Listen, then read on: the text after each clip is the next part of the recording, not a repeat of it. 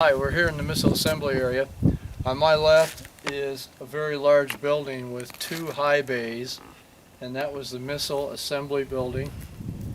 Sub-assemblies for the missile would come into this building, starting I guess with the missile motor, the rocket motor that would be brought down from storage from Hill Air Force Base near Ogden, Utah, and stored in one of the magazines that we looked at earlier here.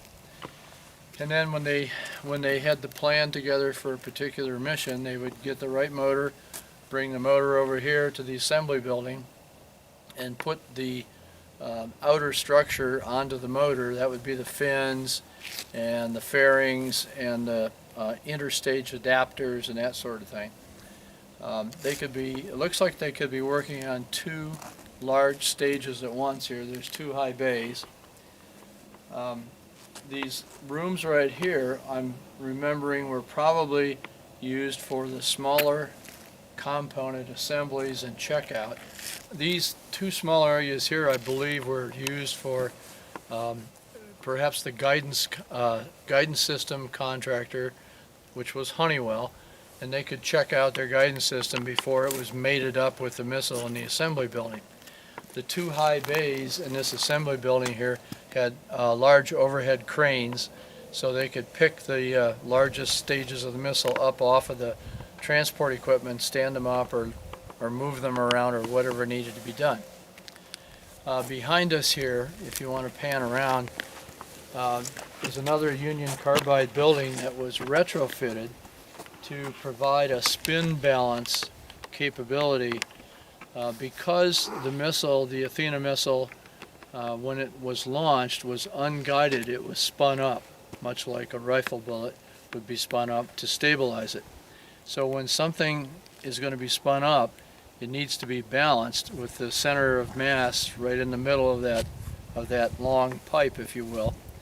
And so they would put additional weights onto the inside of the missile casing to balance the first stage, second stage, and the upper stages, so that when the missile is spinning, it's not going to wobble. If it were to wobble, it would go way off course without doubt.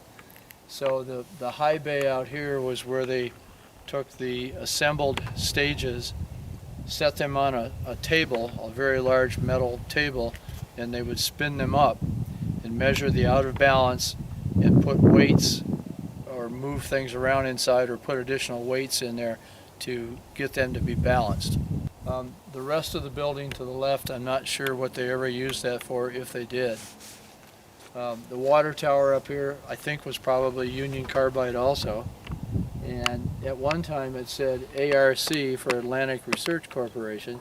Yeah. And then when Atlantic Research became Celesco, they repainted the water tower. And that's held up pretty well for 50 years. The building over here, further to the right, which has the loading dock, was a combination receiving area and administrative area.